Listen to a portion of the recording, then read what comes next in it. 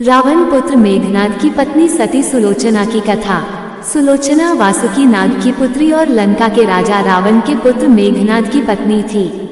लक्ष्मण के साथ हुए एक भयंकर युद्ध में मेघनाद का वध हुआ। उसके कटे हुए शीश को भगवान श्री राम के शिविर में लाया गया था।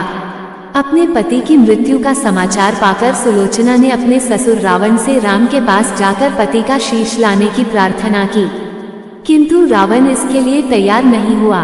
उसने सुलोचना से कहा कि वो स्वयं राम के पास जाकर मेघनाद का शीश ले आए। क्योंकि राम पुरुषोत्तम है, इसलिए उनके पास जाने में तुम्हें किसी भी प्रकार का भय नहीं करना चाहिए। रावण के महापराक्रमी पुत्र इंद्रजीत मेघनाद का वध करने की प्रतिज्ञा लेकर लक्ष्मण जिस समय युद्ध भूमि में जाने के लिए प्रस्तुत हुए, तब राम उनसे कहते हैं, लक्ष्मण, रण में जाकर तुम अपनी वीरता और रणकौशल से रावण पुत्र मेघनाद का वध कर दोगे, इसमें मुझे कोई संदेह नहीं है। परंतु एक बात का विशेष ध्यान रखना कि मेघनाद का मस्तक भूमि पर किसी भी प्रकार न गिरे, क्योंकि मेघनाद एक नारी व्रत का पालक है और उसकी पत्नी परम पतिव्रता है। ऐसी साध्वी के पति का मस्तक अगर पृथ्वी पर गिर पड़ा तो हमारी सारी सेना का ध्वंस हो जाएगा और हमें युद्ध में विजय की आशा त्याग देनी पड़ेगी। लक्ष्मण अपनी सेना लेकर चल पड़े। समरभूमि में उन्होंने वैसा ही किया।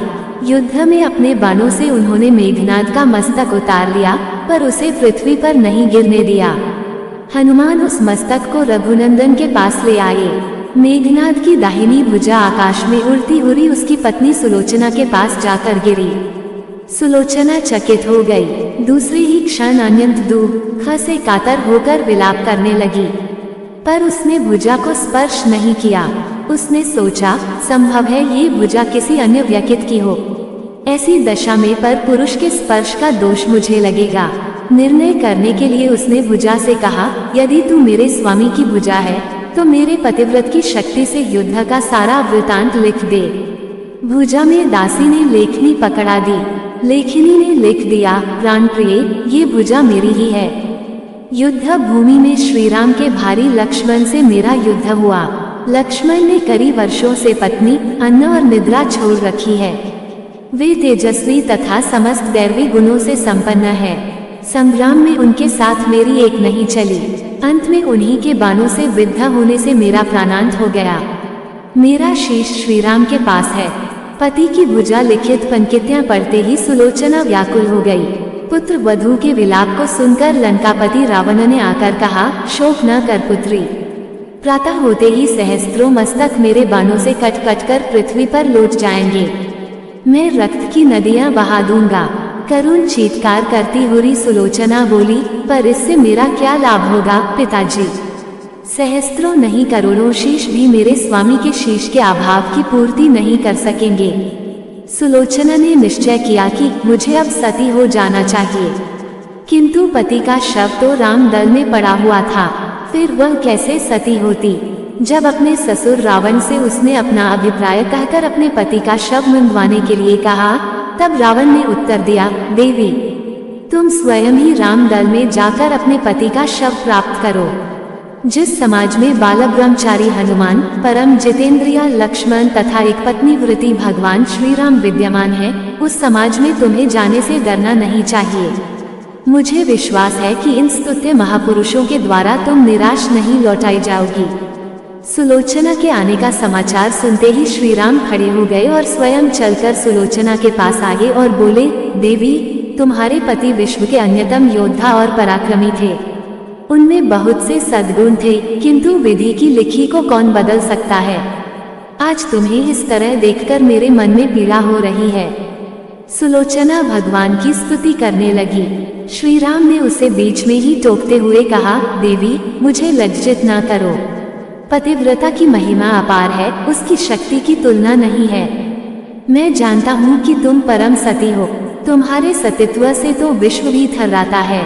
अपने स्वयं यहाँ आने का कारण बताओ कि मैं तुम्हारी किस प्रकार सहायता कर सकता हूँ। सुलोचना ने अश्रुपूरित नयनों से प्रभु की ओर देखा और बोली, राघवेंद्र, मैं सती होने के लिए अपने पति का मस्तक लेने के लिए यहाँ पर आ रही हूँ। श्री राम ने शीघ्र ही ससम्मान मेघनाद का शीश मंडवाया और सुलोचना को दे दिया। पति का छिन्न शीश देखते ही सुलोचना का हृदय अत्यधिक द्रवित हो गया। उसकी आंखें बड़े जोरों से बरसने लगीं। रोते रोते उसने पास खड़े लक्ष्मण की ओर देखा और कहा, सुमित्रा नंदन, तुम भूलकर भी गर्व मत करना कि मेघनाद का वध मैंने किया है। मेघनाद को धराशायी करने की शक्ति विश्व में किसी के पास नहीं थी। ये तो 2 पतिव्रता नारियों का भाग्य था। आपकी पत्नी भी पतिव्रता है और मैं भी पति चरणों में अनुरक्ति रखने वाली उनकी अनन्य उपसिका हूँ। पर मेरे पति देव पतिव्रता नारी का अपहरण करने वाले पिता का अन्न खाते थे और उन्हीं के लिए युद्ध में उतरे थे।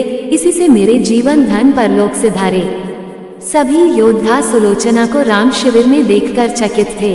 वे यह नहीं समझ पा रहे थे कि सुलोचना को ये कैसे पता चला कि उसके पति का शीश भगवान राम के पास है।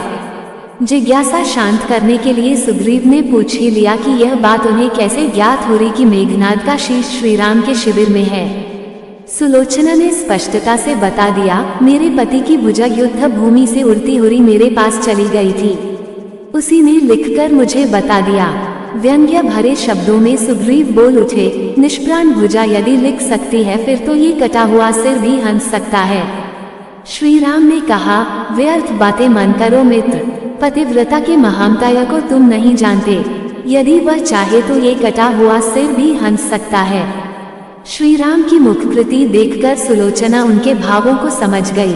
उसने कहा, यदि मैं मन, वचन और कर्म से पति को देवता मानती हूँ तो मेरे पति का ये निर्जीव मस्तक हंस उठे।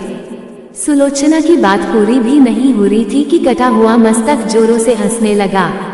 ये देखकर सभी दंग रह गए। सभी ने पतिव्रता सुलोचना को प्रणाम किया। सभी पतिव्रता की महिमा से परिचित हो गए थे। चलते समय सुलोचना ने श्री राम से प्रार्थना की, भगवान, आज मेरे पति की अंत्येष्टि क्रिया है और मैं उनकी सहचरी उनसे मिलने जा रही हूँ, अतः आज युद्ध बंद रहे। श्री राम ने सुलोचना की प्रार्थना स्वीकार कर ली।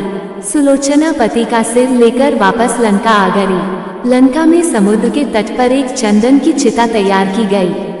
पति का शीश गोद में लेकर सुलोचना चिता पर बैठी और धधकती हुई अग्नि में कुछ ही क्षणों में सती हो गई।